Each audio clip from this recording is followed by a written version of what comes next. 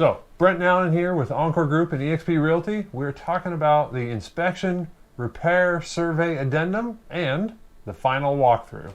So, exciting stuff, exciting stuff. Exhilarating. This is like one of the most important parts of the real estate sales process, really. Yes. As you go through, one of the questions that every buyer has as they are approaching buying a property is, do I get to inspect it? Because you hear about home inspectors and so on.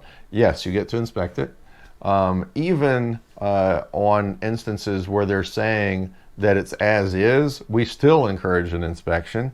We'll have a whole inspection video, but not to dig into inspections, but they're very valuable to have for the low cost that they are. Yeah. They can really help you find some problems with a house. All that said, the inspection process or the form is that you get an inspection. Yeah. First and foremost. Secondly, that there's an inspection response, and what does that mean? So you get the inspection, you get the report from the inspector, and you say you want to fix items A, B, C, and D. Well, we will put that on the IRSA, the IRSA document, and we would submit that as a buyer's agent for you. We'd submit that to the seller and the listing agent, and they would then have 5 business days to respond to what you asked for in that IRSA. Mm-hmm. And then if they say, well, we're going to only fix items A and B, then you have 5 business days to respond to their counter offer. And there's also space in there for negotiation. There's also space in there for re-inspection with maybe an expert in that particular field of a furnace or a roof or a foundation, whatever the case may be. So there's just there's still room in there to get it inspected and re-inspected and to get more information. Yeah, that's a great point, Brent. So it's a back and forth. It's a negotiation about the things that are found with the house and that are important to you to get fixed by the seller. Or maybe you look at the list and you say, hey, you know what, none of that's major. I'm not concerned about any of that. I can caulk those windows myself once I get moved in.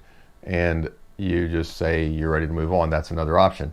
But that said, let's move fast forward, and let's say the inspections happened, these back and forths have happened, everything's been negotiated, the seller has agreed to fix some things.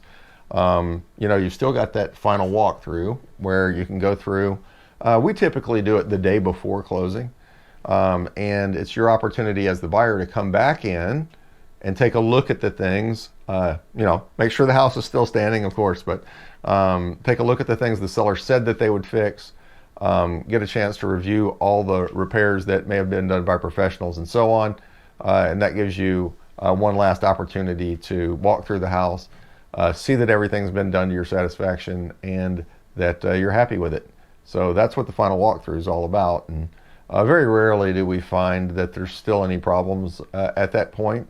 Every once in a while we do, and that's the reason we do it a day ahead of time, ahead of closing, because every great once in a while you've got to call the seller and say, hey, this still hasn't been done, and something's got to be addressed prior to closing. So yeah, you have a story of somebody taking a shed that was supposed to stay on the property, and then some ceiling fans as well. Yeah, a couple different instances there. So we go do a walkthrough, and there was an 8x16 shed in the backyard that was supposed to come with the house, and guess what? When we went to do the walkthrough, the shed was gone. They had moved it. We quickly got on the phone with the agent, and it got worked out, and the shed arrived back the next morning before closing. So that was good. Had one more recently that the seller liked the particular ceiling fan, had paid top dollar for it, and but it was there when the buyers saw the house, and so the sellers took the ceiling fan down and replaced it with a cheaper ceiling fan. The buyer actually loved that ceiling fan also, so that created some consternation. But the seller was back over there that evening putting the old ceiling fan back up, and boom, we closed the next day. So there's the whole point behind it. Yeah, usually it doesn't cause too much drama and doesn't delay things.